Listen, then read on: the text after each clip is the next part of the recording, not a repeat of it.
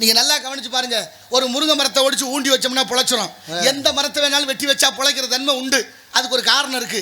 ஆனால் ஆட்டுக்காலையோ கோழிக்காலையோ வெட்டி ஊண்டுங்க பொழைக்குதான்னு பார்ப்போம். இப்போ சைவ வித்தியாசம் புரியும் நினைக்கிறேன் உங்களுக்கு. சைவ அசைவ வித்தியாசம் புரியுதா? அப்போ ஆடு மாடு மனுஷனுக்கு பல்லு தட்டையா இருக்கு.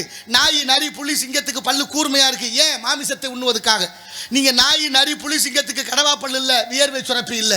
ஆடு மாடு மனுஷனுக்கு கடவா பல்லு இருக்கு, வியர்வை சுரப்பி இருக்கு. சைவத்துக்காக படைக்கப்பட்ட உடம்பு இந்த உடம்பு. வள்ளுவர் கூட 1330 குறளை எழுதி 133 அதிகாரம் வச்சு ஒரு அதிகாரம் புலால் மறுத்தல் கொல்லான் புலாலை மறுத்தானை கைகூப்பி எல்லா உயிரும் தொழும் என்று பாடுகிறாரு. கேட்கிறோமா? எங்க ஐயா வாரியார் சாமி சொல்றாரு, மனுஷன் செத்தா புதைக்கிற இடம் சுடுகாடு, மனுஷன் செத்தா புதைக்கும் இடம் சுடுகாடு, ஆட்டையும் மாட்டையும் கொண்டு புதைக்கிறீங்களே வயிறு என்ன சுடுகாடான்னு கேட்கிறாரு. ஆமா, 40 வயதுக்கு மேல ஒன்று சொல்லுவாங்கல்ல, ஆணைக்கு ஒரு காலம் வந்தா பூனைக்கு ஒரு காலம் வரும். என்ன ஆணைக்கு இங்க பூனைக்கும் காலம்? ஆணைக்கும் பூனைக்கும் காலம் என்ன தெரியுமா? ஆணைனா ஆணை இல்லை, ஆ என்றால் பசு, நெய் என்றால் பசு பால்ல இருந்து கிடைக்கக்கூடிய நெய். பசு நெய் சாப்பிட்றதுக்கு ஒரு காலம் உண்டு. பூவுல இருந்து கிடைக்கக்கூடிய தேன் சாப்பிட்றதுக்கு ஒரு வயசு உண்டு. 40 வயசுக்கு கீழே நெய் சாப்பிடணும், 40 வயசுக்கு மேலே தேன் சாப்பிடணும். அதுக்கு தான் ஆணைக்கு ஒரு காலம் பூனைக்கு ஒரு காலம்னு. எவ்வளவு விஷயங்களை கொட்டி கிடக்கு நம்ம இலக்கியத்தில்.